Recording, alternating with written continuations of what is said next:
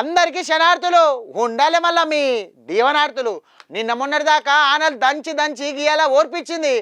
గీయాల అందరికి పనులు ముంగలికి కదిలే కానీ ముందుగల్లా ఆ అర్థాలు చూసే ముందు హెడ్లైన్స్ చూడాలి కదా. చలో హెడ్లైన్స్. నామినేషన్ వేసిండు సుదర్శన్ రెడ్డి సారు. చూడాలి ఉపరాష్ట్రపతి ఎన్నికల్లో కాంగ్రెస్ జోరు.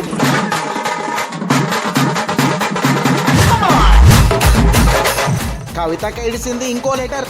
షాక్ అవుతారు చూస్తే అస్సలు మ్యాటర్.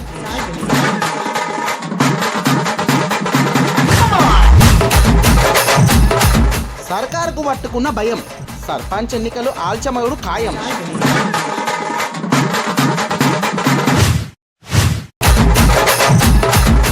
యూరియా బత్తల లొల్లి లీడర్లు తిట్టుకున్నారు మళ్ళీ.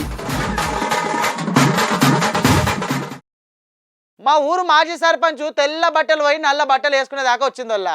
ఇక ఎవరమంతా కూడా ఏంటంటే ఈ సర్పంచ్ ఎన్నికలు అయితే పెడతలేదు. సర్కారు మొన్నటిదాకా బీసీ బిల్లు అన్నారు. ఇప్పుడేమో అసలు సప్పుడే ఎత్తలేరు. గింతకి సర్పంచ్ ఎన్నికలు పెడతారా పెట్టరా, అసలు ఎందుకు ఆలస్యం అవుతుందో ఒక్కసారి అరుచుకుందాం పాండ్రి.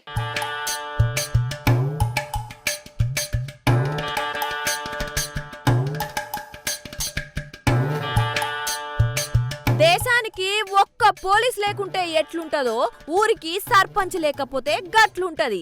ఏడ వేసిన గొంగడి ఆన్నే అన్నట్టు ఏడ వేసిన చెత్త ఆన్నే ఉంటది. అంతేకాదుల్లో ఏడ ఆగిపోయిన పనులు ఆన్నే ఆగిపోతాయి. అడుగుదామంటే దిక్కుండదు, చూద్దామంటే ఒక్క మనిషి ఉండడు. గాచారం బాగలేక ఇప్పుడు ఊర్లల్లా ఏమన్నా పెద్ద గడబడైనా ఆపే పెద్ద మనిషే లేడు. గింతేకాదుల్లో ఊర్లల్లా సర్పంచ్ లేక సెంట్రల్ సర్కార్కెళ్ళొచ్చే పైకమంతా ఆగిపోయింది. పాపం పాత సర్పంచులకు పాత బిల్లులు రాక పడరాని పాటలు పడుతున్నారు. ఏండ్ల సంధి ఎదురు చూస్తున్నారు. దగ్గర 2 సంధి సర్పంచ్ గా పోటీ చేద్దామనేటోళ్లకు సర్కారు నోట్ల మట్టి కొట్టినంత పని చేసింది. అవును మళ్ళా ఇప్పుడు సర్పంచ్ ఎన్నికలు పెట్టినా సర్పంచ్లకు మిగిలేది 2 ఏండ్లే. ఈ 2 ఏండ్లకు ఏం పోటీ చేద్దామనే దాకా వచ్చింది కదా.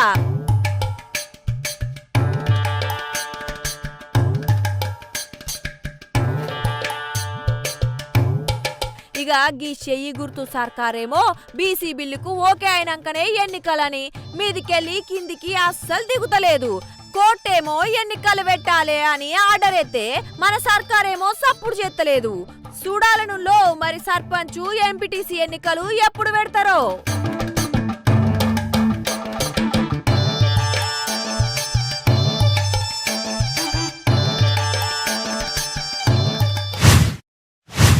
యూరియా బత్తాల కోసము రైతులే కాదల్లా లీడర్లు కూడా మస్తుగా వీకులాడుతాండ్రు. మేము మస్తుగా యూరియా బత్తాలు ఇచ్చినామని ఒకరు, ఏ లేదు మీరు లాపరవే అయ్యబట్టే గీ తక్లీఫ్ అని ఇంకొందరు, మీరు రెండే పెన్ను బీడే అన్నట్టుగా ఇక ఉట్టి పుణ్యానికి రైతులు నాగని చెప్తాండ్రు అని ఇంకొకరు. గిట్లా యూరియా మీద పెద్ద పెద్ద యుద్ధాలు నడుస్తున్నాయి. వల్ల ఒక్కసారి చూసేద్దాం పాండ్రి.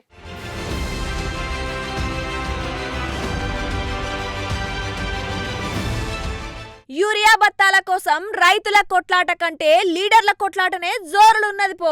రైతుల మీద గీ లీడర్ల ప్రేమ ఎన్నడో ఉంటే రైతులకు గీయాల గిన్ని కష్టాలు వచ్చేటియే కాదు.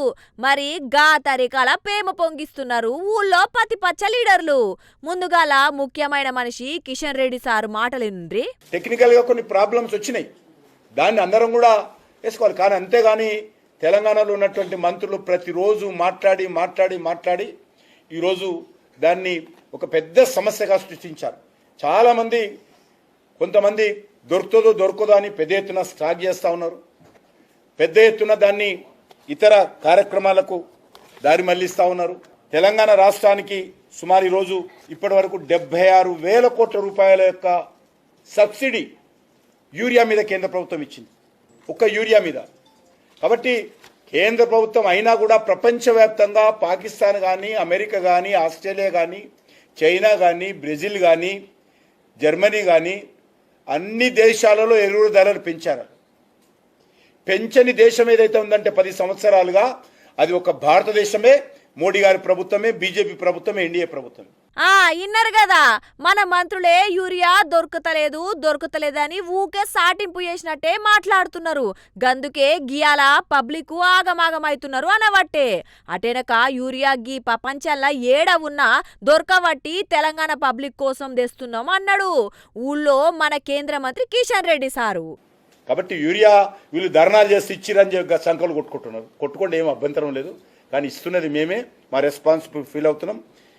ఈరోజు తమిళనాడులో కరైకల్ పోర్టులో 32,000 మెట్రిక్ టన్నుల యూరియా రెడీగా ఉంది.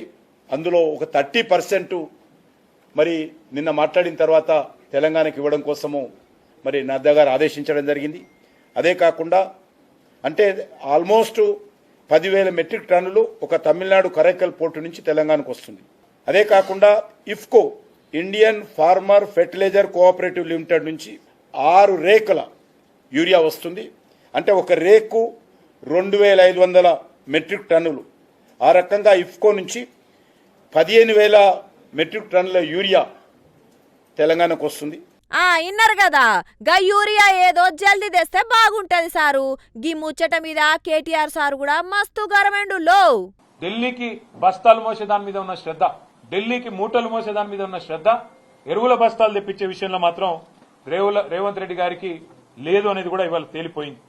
కాళేశ్వరం ప్రాజెక్టు మీద బురజల్లో ఉన్న తాపత్రయం, దాని మీద బదనాం చేసే దానిలో ఉన్న తాపత్రయం, కేసులు పెట్టే దానిలో ఉన్న తాపత్రయం, సిగ్గు లేకుండా మరి తెల్లారు లేస్తే ఇష్టం వచ్చినట్టు కేసీఆర్ గారి మీద మాట్లాడే మాటల విషయంలో ఉండే ఆరాటం రైతులకు సాయం చేసే విషయంలో మాత్రం లేదు.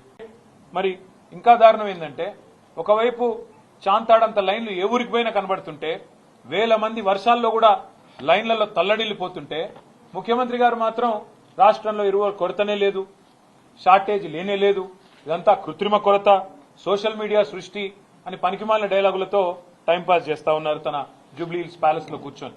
ఇన్నరు కదా, గట్లున్నది మళ్ళా యూరియా తిప్పలు. యూరియా తిప్పల మీద మాజీ మంత్రి హరీష్ రావు సార్ కూడా బాగానే గరమైండు లో. రేవంత్ రెడ్డికి ముందు చూపు లేకపోవడం వల్లనే ఇవాళ రైతులు కన్నీళ్లు పెట్టుకోవాల్సి వస్తుంది. ఇవాళ రైతులు యూరియా బస్తాల కోసం అవస్థలు పడవలసి వస్తున్నది. రేవంత్ రెడ్డి మాట్లాడితే ఇందిరమ్మ కాలం తెస్తా, ఇందిరమ్మ పాలన తెస్తా, నువ్వు బరాబరే తెచ్చినావు. నాటి కాంగ్రెస్ పాలన గుర్తుకు తెచ్చినావు, మళ్ళా చెప్పులు లైన్లో పెట్టించినావు, మళ్ళా పోలీసులతో దెబ్బలు కొట్టిస్తున్నావు, ఆధార్ కార్డు లైన్లో పెట్టిస్తున్నావు, అన్నమాట నిలబెట్టుకున్నావు, ఎమర్జెన్సీ పాలన తెచ్చినావు. మళ్ళా బిడ్డ ఇప్పటికైనా వెంటనే యూరియా తెప్పించాలి, రైతులకు ఇయ్యాలి, లేదంటే ఎక్కడికక్కడ కాంగ్రెస్ మంత్రులను అడ్డుకుంటాం, నిలదీస్తాం. మంత్రులు ఎవరైనా జిల్లాల్లోకి వస్తే ఎక్కడికక్కడ వాళ్ళని అడ్డుకుంటాం. ఏ ముఖం పెట్టుకొని తిరుగుతారు ఇంకా. గిది కూడా అయినారు కదా, పతిపచ్చాలు ఏమో గిట్ల పండ్లు కొరికితే సర్కారేమో సప్పుడే చేస్తలేదు, మొత్తం సెంట్రల్ సర్కార్ మీదనే బొంకుతున్నదుల్లో, మీదికెళ్లి యూరియా బత్తాలు సరిగా ఒత్తలేవు అని.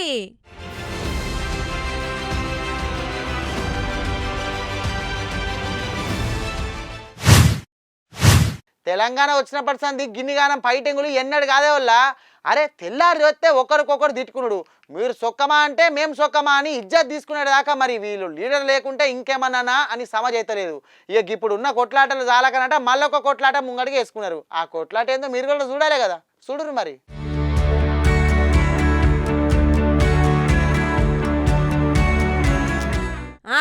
రైట్, ఉపరాష్ట్రపతి అభ్యర్థిగా ఎన్డీఏ కూటమి లీడరు, ఇండియా కూటమి లీడరు ఇద్దరు నామినేషన్ వేసుడు అయిపోయింది. ఇప్పుడు గిల్ల ఇద్దరుట్లా ఎవరు గెలుస్తారనేదే ఒక్కటే మిగిలిన్నదుల్లో. ఎవరు గెలుస్తారనేది వచ్చే నెల 9వ తారీఖు నాడైతే బయట పడుతుంది.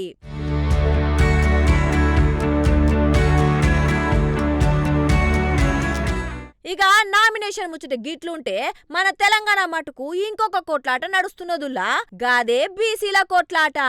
బీసీలంటే కాంగ్రెస్ అంటే బీసీలని చెప్పుకునే కాంగ్రెస్ పార్టీకి బీసీ ఉపరాష్ట్రపతి అభ్యర్థి యాదికి రాలేదా అని మస్తు గరమేండు కేటీఆర్ సారు. మళ్ళీ చెప్తా ఉన్నా, ఆయన రేవంత్ రెడ్డి గారు పెట్టిన అభ్యర్థి అయితే ఖచ్చితంగా మేము వ్యతిరేకిస్తాం. ఎందుకంటే కాంగ్రెస్ అనే ఒక చిల్లర పార్టీ, కాంగ్రెస్ అనే ఒక థర్డ్ క్లాస్ పార్టీ ఇవాళ రాష్ట్రంలో ప్రజలని ఎంత అరిగోసబుచ్చుకుంటున్నదో రాష్ట్ర ప్రజలందరికీ తెలుసు. మరి అట్లాంటి థర్డ్ క్లాస్ ముఖ్యమంత్రి, థర్డ్ క్లాస్ పార్టీ పెట్టిన అభ్యర్థిని మేము సమర్థిస్తారని మీరు ఎట్లా అనుకుంటారు, నాకు అర్థం కాదు. ఇంకోటి, ఇవాళ జరుగుతున్నది ఏంటంటే ఒక డ్రామా, ఉపరాష్ట్రపతి ఎన్నికల విషయంలో డ్రామా. నిన్న మొన్నటిదాకా ఏమన్నారు ఇదే రేవంత్ రెడ్డి గారు, బీసీల విషయంలో మా పార్టీ చాలా చిత్తశుద్ధిగా ఉన్నది, బలహీన వర్గాల విషయంలో మేము ఢిల్లీ దాకా కొట్లాడతాం, అవసరమైతే అంతరిక్షం దాకా పోయి కొట్లాడతాం అన్నాడు. మరి ఒక బీసీ అభ్యర్థిని ఎందుకు పెట్టలే? అంత ప్రేమ ఉంటే తెలంగాణ నుంచి ఒక బీసీ అభ్యర్థి దొరకలేదు, కంచయ్య గారిని పెట్టేది. తెలంగాణ నుంచి ఒక బీసీ అభ్యర్థిని పెట్టి ఇగో ఇది మా చిత్తశుద్ధి అని చెప్పుకునేది ఉండే.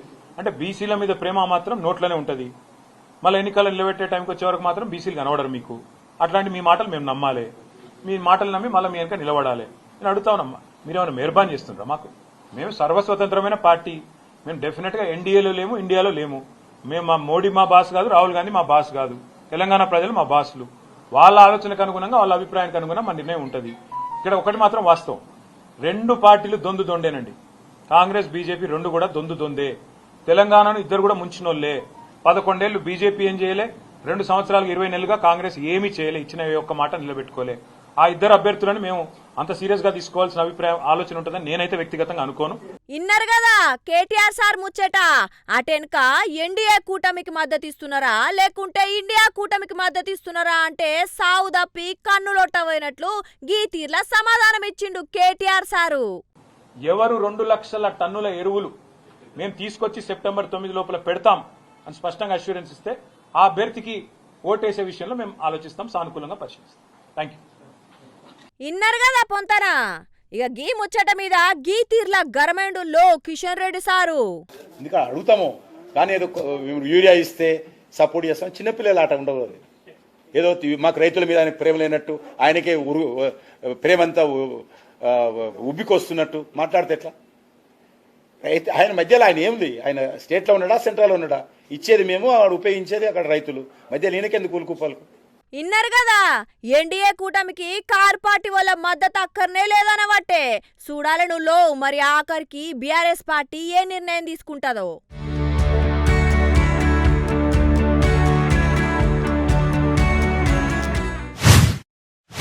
మనం 5 రూపాయల కోసం కొట్లాడగంగా చూసినాం, మనం బంగారం కోసం కొట్లాడగంగా కూడా చూసినాం. చాలా విచిత్రంగా కుక్క కోసం కొట్లాడగంగా చూసిరా. మళ్ళీ ఆ కుక్క కోసం ఏకంగా సీఎంనే కొట్టిండట. చూడండి ఒక్కసారి, నేను చూపిస్తా పాండ్రు అదేందో ముచ్చట.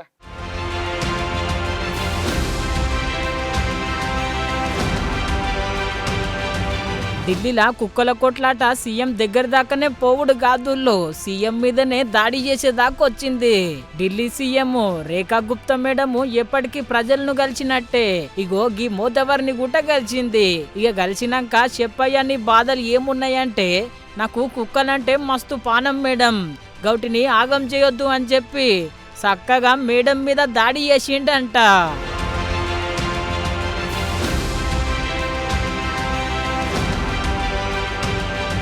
అయితే ఢిల్లీ సీఎం కు ఏం కాలేదుల్లో, పక్కకున్నోళ్ళు కాపాడిండ్రు. దాడి చేసినోని భజన కూడా చేసిండ్రు బగ్గనే కార్యకర్తలు.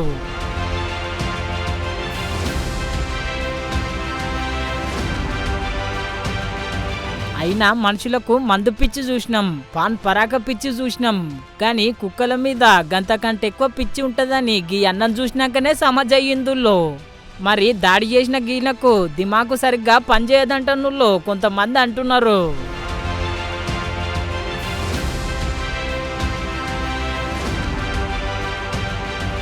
ఈ ముచ్చటెరికైనోళ్ళందరూ కుక్కల మీద ప్రేమ ఉంటే దాచుకోవాలా గాని గిట్లా దాడి చేసుడేంది అని చెప్పి మస్తు గరమైతున్నారు సోషల్ మీడియాలా.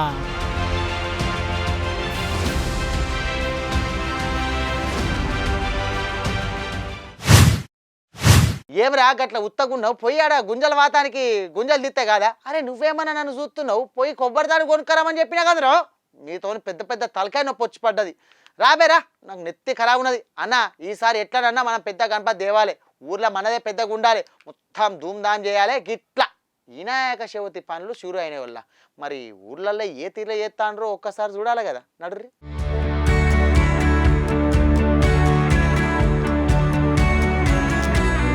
చిన్నపిల్లల కాడికెళ్ళి పండు ముసలోళ్ళ దాకా ఆ గణేశుణ్ణి తలుసుకోకుండా ఎవరుంటారు చెప్పుండ్రి. అందరుగా గణేశునికి జై కొట్టేటోళ్ళే. గంత ఫేమస్ మళ్ళా మన బొజ్జ గణపయ్య. ఇంకా గణపతుల పండుగ 6 దినాల ముందే ఊర్లల్లా పోరలు చెందలడుగుడు చురు చేసిండ్రుల్లో. ఇంకా కొంతమంది అయితే ఇప్పుడే గణపతి విగ్రహాలను తీసుకుపోతున్నారు మంచిగా ధూమ్ధామ్ సప్పుడు చేసుకుంటా. అన్ని జాగలల్లా ఈ తాప ఎట్లయినా గణపతుల పండుగ జోరుగా చేయాలని చెప్పి తీరొక తీర్లా గణపయ్య మండపాన్ని మస్తు తయారు చేస్తున్నారు. ఈ తాపకు మన బాలాపూర్ గణేశుని మండపాన్ని మన స్వర్ణగుడి మండపం లెక్కనే తయారు చేస్తున్నారు.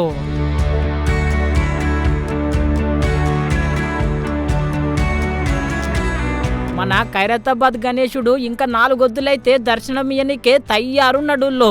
గిట్లా పెద్ద పెద్ద గణపతులే కాదుల్లో, ఊర్లల్లా చిన్న చిన్న గణపతులకు కూడా బాగానే ముస్తాబు చేస్తున్నారు.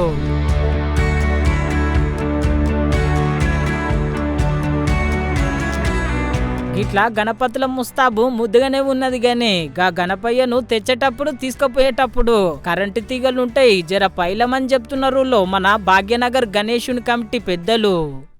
తయారీ కేంద్రాల నుంచి విగ్రహాలు తరలిస్తున్నటువంటి భక్తులు, మండప నిర్వాహకులు కూడా ఖచ్చితంగా సరైనటువంటి భద్రతా చర్యలు, భద్రతా ప్రమాణాలు పాటిస్తూ తగినటువంటి జాగ్రత్తలు కూడా తీసుకోవాలని అందరికీ పిలుపునిస్తా ఉన్నాం, కోరుతా ఉన్నాం. ఇన్నరు కదా గిట్లా కమిటీ వాళ్ళే కాదుల్లో, పోలీసోళ్ళు మన లీడర్లందరూ గిట్లనే చెప్తున్నారు. మళ్ళా జర పైలం మిరుగుట ఎక్కడెక్కడ లోపాలు ఉన్నాయి అన్ని మేము నోట్ చేసుకున్నాము. ఏమేమి ఏర్పాట్లు చేయబోతున్నాం అనేది కూడా 14వ తేదీ చెప్పడం జరిగింది. సెంట్రల్ పీస్ కమిటీ వారితో కూడా మీటింగ్ రేపు ఎల్లుండిలో ఉంది. పోలీస్ బందోబస్తులు చాలా భారీగా ఉంటాయి. విగ్రహం దగ్గర ఏమేమి జాగ్రత్తలు తీసుకోవాలి, మండపాల దగ్గర అనేది కూడా అందరికీ చెప్పడం జరిగింది. బీఆర్ఎస్ పెద్ద లీడర్ అంటే ఎవరికి యాదకొస్తారు? మోదాలు కేసీఆర్ సారు, అటెనక హరీష్ రావు సారు, ఇక అటెనక కేటీఆర్ సారు, ఇక అటెనక కవితక్క యాదకు వస్తుంది. గీళ్ళని మించి బీఆర్ఎస్ పార్టీలో ఒక్కరు సపోర్ట్ చేయరు. మరి గిసంటిది పాపం బీఆర్ఎస్ పార్టీలో దినాం కవితక్కకే జాగా లేకుండా పోతున్నది వల్ల కవితక్కనే మస్తు బాధపడుతున్నది. మరి ఏం కథ అయిందో ఏం కథనో ఒక్కసారి కవితక్క నడుచుకుందాం పాండ్రి.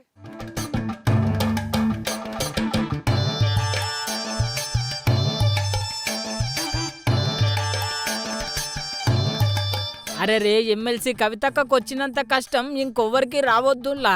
గప్పుడేమో బయట దేశం పోయినప్పుడు అలా బాపుకు రాసిన లేఖను లీకు చేసి బయట పెట్టిండ్రు. ఇప్పుడేమో సరిగ్గా బయట దేశం పోయినప్పుడే కవితక్కను బొగ్గు కార్మిక సంఘం అధ్యక్ష పదవి నుంచి తీసేసిండ్రు. ఉన్నట్టుండి అధ్యక్ష పదవి నుంచి పక్కకు జరిపంగానే ఎమ్మెల్సీ కవితక్క అయితే మస్తు బాధపడ్డదుల్లో, నన్ను అడగకుండా చేయకుండా తీసేసిండ్రని చెప్పి ఇగో గీ తీర్లా ఒక లేఖను బయటికి ఇడిచింది.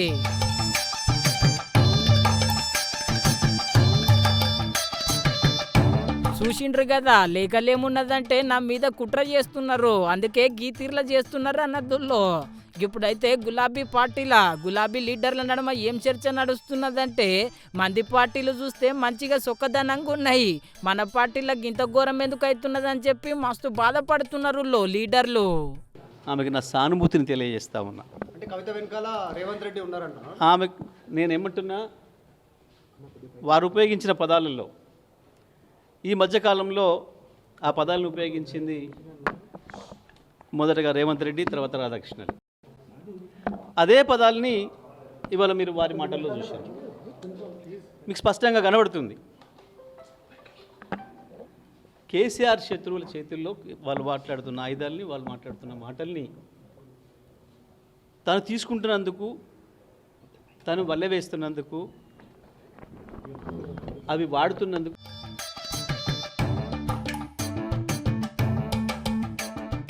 గులాబీ లీడర్ల బాధ గిట్లుంటే తెలంగాణ పబ్లిక్ ఏమనుకుంటున్నారంటే, ఇప్పుడు బొగ్గు కార్మిక సంఘం నుంచి పక్కకు జరిపిండ్రు, రేపు పొద్దుగల్లా పార్టీలకెళ్ళి గుట పక్కకు జరపరనే నమ్మకమేమున్నది అని చెప్పి బాగానే సొంచాయిస్తున్నారు తెలంగాణ పబ్లిక్. చూడాలే మళ్ళా మొన్న కవితక్క ఒక గులాబీ లీడర్ మీద కస్సుమన్నదుల్లో.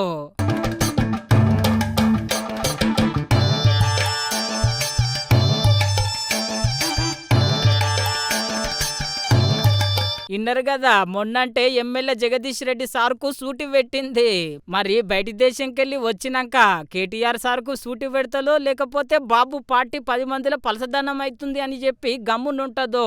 అక్క హైదరాబాద్కి వెళ్ళి వస్తేనే సమదైతదుల్లో అసలు ముచ్చట. పార్టీలకు లేఖలు ఇవ్వడం జరిగింది.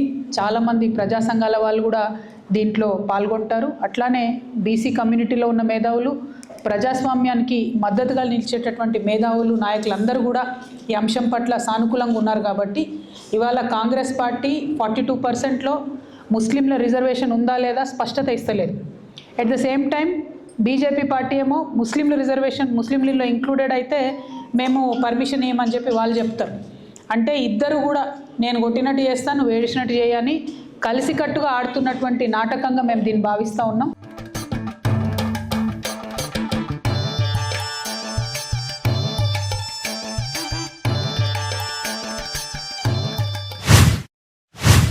ఆనకాలంలో ఆనలు ఎట్లా దంచుతున్నాయో పార్లమెంట్ లీడర్లు కూడా గట్లనే మైకుల ముంగట దంచుతాండ్రు.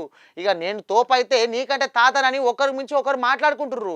మరి ఇలా పార్లమెంట్లో లొల్లు ఎట్లా నడిచింది, చర్చ దేని మీద నడిచింది, పూర్తిగా అరుచుకోవాలంటే మనం పార్లమెంట్ పోవాలి కదా. నడురి.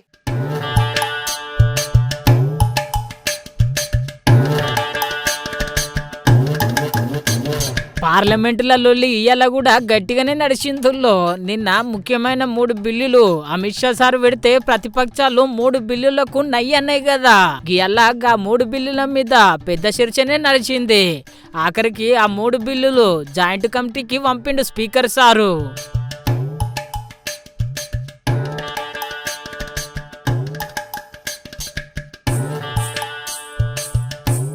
ఇక ఏమున్నా కమిటీ నిర్ణయం తీసుకోవాలి, మంచిదైనా చెడ్డదైనా గప్పుడు ఆలోచన చేసి బిల్లు పాస్ చేస్తారు అన్నట్టు. ఇప్పటికైతే సగం మంది పబ్లిక్ ఈ ఆలోచన మంచిగున్నది అని చెప్పి మద్దతు ఇస్తున్నారు. ఇంకొంతమంది బిల్లుకు నయ్యి అంటున్నారు. ఎందుకంటే ఎవరన్నా అరెస్ట్ అయ్యి జైలుకు పోతే అలా పదవి ఉడుతుంది కదా, గట్లా కక్షతోని చేసినా చేస్తారని చెప్పి. ఇక లోక్సభలో గిట్లుంటే అటు రాజ్యసభలో గుట్ట బాగానే రసబిస అయ్యిందుల్లో ఈ అల్లా.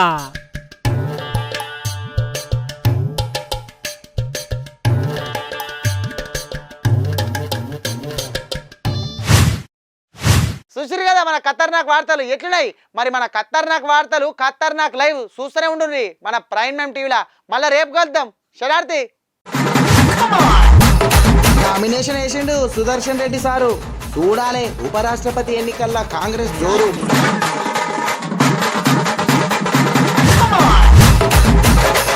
కవితకి ఇడిసింది ఇంకో లెటర్. షాక్ అవుతారు చూస్తే అస్సలు మ్యాటర్.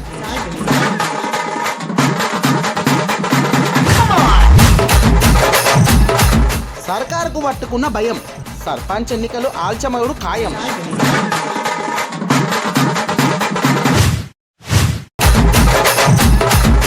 యూరియా బత్తల లొల్లి, లీడర్లు తిట్టుకున్నారు మళ్ళీ.